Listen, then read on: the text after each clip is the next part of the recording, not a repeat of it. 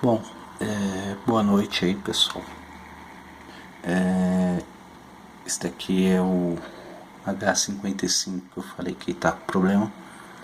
Aparentemente, aí ele, quando tá ligado no processador, ele começa a apresentar um barulho muito forte e não refrigera, né?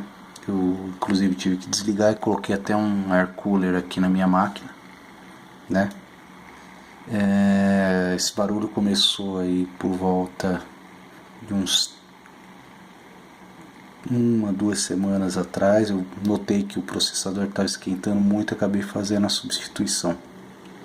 Dá para reparar que mesmo o cooler fora do processador, ele faz algum tipo de barulho, parece ser bolha. Eu tenho a impressão de que é bolha no sistema, não sei.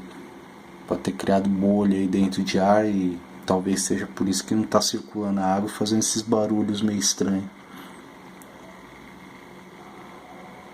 Bom, é isso aí.